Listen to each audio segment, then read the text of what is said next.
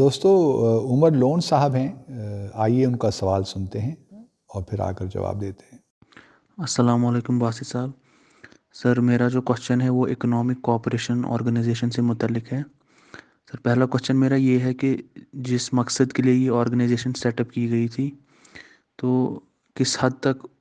اس مقصد میں مطلب کامیابی ملی ہے ان کنٹریز کو. اور میرا دوسرا کوشچن یہ ہے کہ کیا فیوچر میں جو یہ ای سی او ہے کیا یہ ایک پاورفل بلاک مطلب جس طرز پہ یورپین یونین ہے اس طرز پہ ایمرج ہو سکتی ہے. کیونکہ اگر ہم ان کنٹریز کو دیکھیں ان کنٹریز پہ پاس ملٹری کیپیبلٹیز بھی ہے، ہیومن ریسورس بھی ہے، نیچرل ریسورسز بھی ہیں، مطلب ہر کوئی وہ انگریڈینٹ موجود ہے جو ایک پاورفل بلاک بنانے کے لیے ضروری ہے. تو بس یہ دو میرے کوشچن ہیں، پلیز آپ اس پہ اپنا ویو پوائنٹ دیجیے گا. بہت شکریہ. جی عمر، بہت شکریہ آپ کے سوال کا۔ پہلے بھی شاید میں کئی بار اس پہ گفتگو کر چکا ہوں، لیکن شاید آپ کے نظر سے میری شاید ویڈیو نہیں گزری۔ دیکھیے، ای سی او کا جو پریڈیسیسر تھا وہ آر سی ڈی تھا، ریجنل کوآپریشن فار ڈیولپمنٹ، جس میں ٹرکی، ایران اور پاکستان شامل تھے۔ یہ 60s میں بنی تھی۔ اس کے بعد پھر اس کو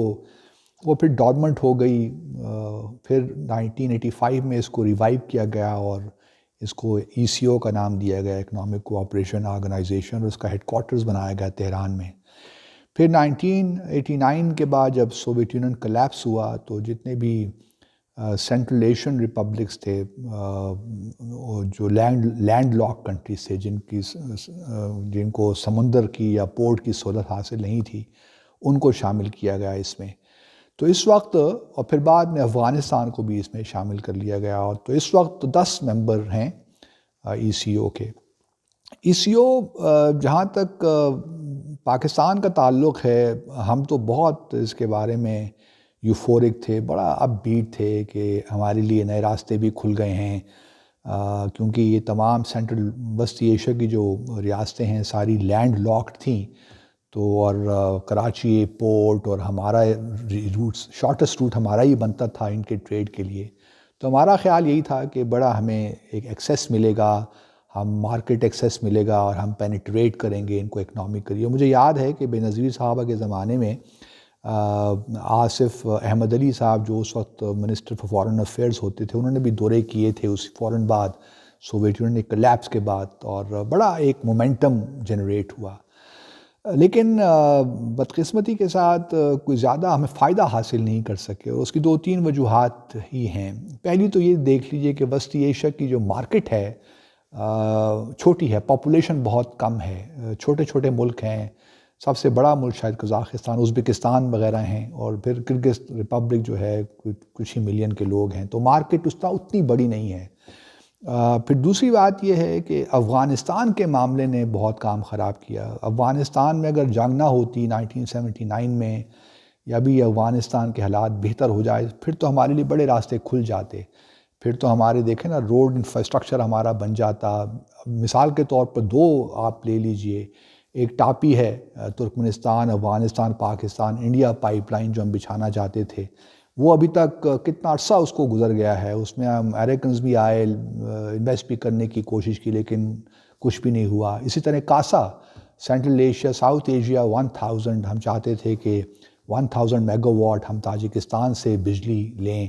اس میں بھی کامیابی نہیں ہوئی، اور بنیادی وجہ وہی افغانستان کی سول وار۔ ایک تو یہ کہ پاپولیشن کا مارکیٹ کوئی اتنی بہت بڑی نہیں، پھر دوسرا افغانستان کا مسئلہ، اور تیسری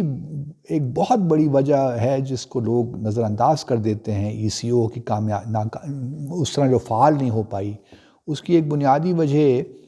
اس کا جو ہیڈ کوارٹرز ہے سیکریٹریٹ وہ تہران میں ہے، اور تہران میں آپ جانتے ہیں کہ بہت سی ایران پہ سینکشنز لگ گئیں اس کے نیوکلیر پروگرام کی وجہ سے۔ ریولوشن کے بعد حالات خراب ہو گئے 79 کے بعد وہاں بھی، پھر ایران کے نیوکلیر پروگرام پہ بہت سینکشنز لگیں، تو اس وجہ سے بھی جس طرح ایک سیکریٹریٹ کو ہونا چاہیے، ہیڈ کوارٹرز چونکہ بڑا فعال کردار ادا کرتا ہے کسی بھی آرگنائزیشن کی اس کی ترقی کے لیے، تو وہ بھی نہیں ہو پایا۔ پھر ایران چونکہ ایک مشکل ہو گئی ہمارے لیے، اور پھر اختلافات بھی جو بائیلیٹرل اختلافات ہوتے ہیں وہ بھی ہوئے، پاکستان کے افغانستان کے ساتھ، ٹرکی ایران کے ساتھ، ہمارے بھی ایران کے ساتھ کچھ مسائل، پھر ازبکستان اور تاجکستان کے درمیان بھی کچھ بائیلیٹرل ایشوز چلے، پانی کے ایشوز، تو بہت سے ایشوز تھے جس کی وجہ سے ای سی او وہ جو اس کا ایک اہداف تھے وہ ہم حاصل نہیں کر پائے۔ مجھے دوسری طرف ہم دیکھتے ہیں تو ساؤتھ ایشیا سارک ہے، وہ بھی ڈارمنٹ ہے، وہ بھی 85 میں ہی بنی تھی جس طرح ای سی او کو 85 میں ریوائیو کیا گیا تھا، اس طرح سارک بھی 85 میں بنی تھی، اور وہ بھی بدقسمتی کے ساتھ پاکستان اور بھارت کی جو ہماری ہاسٹیلیٹی ہے یا دشمنی ہے اس کی نظر ہو گئی، وہ بھی بالکل فعال نہیں ہے، بلکہ پچھلے کئی سالوں سے اب سمٹ ہی نہیں ہوئی اس کی۔ تو دونوں طرف